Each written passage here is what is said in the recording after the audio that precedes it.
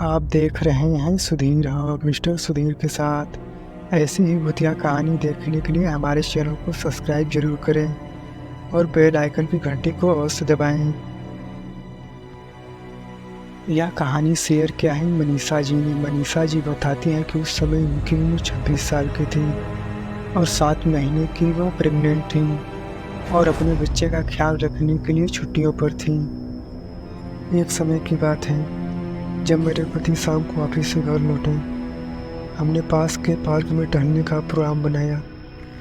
रात के 9 बज रहे थे और हम अपनी कार से वहाँ पहुँचे ताकि रात को वापस आते वक्त कोई दिक्कत ना हो। वहाँ हमने देखा कि अनेक लोग बाग में टहल रहे थे। हमने भी वहाँ आधे घंटे तक चहलकदमी की।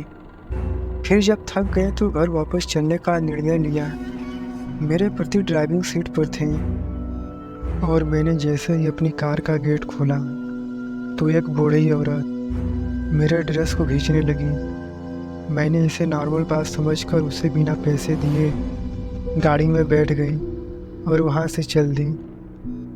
हमारी कार अभी 5 मिनट ही चली थी और जब हमारी गाड़ी रेड सिग्नल पर रुकी तो फिर वही बूढ़ी औरत दिखाई दी।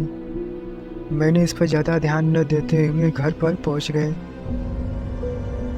अगली रात जब मेरे पति किसी बिजनेस वर्क के लिए शहर से बाहर गए हुए थे और मैं घर पर अकेली थी, रात को 2 बजे के करीब जब मेरी नींद खुली तो जिसे मैंने देखा वो देखकर मैं बुरी तरह काँप गई और अपनी आंखों पर विश्वास नहीं हुआ। मैंने देखा कि वही बूढ़ी औरत मेरे पलंग के बगल में बैठी हुई थी और कह रही थी, मेरे करीब आओ। एक बार मैंने सोचा कि शायद मैं कोई सपना देख रही हूँ, लेकिन जब मैंने अपनी आंखें बंद कर वापस खोली तब वही बूढ़ी महिला खड़ी थी। मेरे दिल की धड़कनें बढ़ गईं, यह सोचकर कि वो मेरे बच्चों को कोई नुकसान ना पहुँचाए। मैं घर के दरवाजे की तरफ भागी और घर के बाहर निकलकर पड़ोसियों का दरवाज़ा खटखटाया। मैं बुरी तरह से डरी हुई थी, लेकिन मैंने पड़ोसियों को कुछ नहीं बताया ताकि वो कहीं मुझे पागल ना समझ बैठें। मैंने तुरंत अपने पति को फ़ोन किया और सारी घटना सुनाई और उसी वक्त गाड़ी से सुबह 5 बजे तक घर वापस आ गए। घर पहुंचने के बाद मेरी सारी बात मेरी माँ को बताई। वो तुरंत मेरे घर आ गई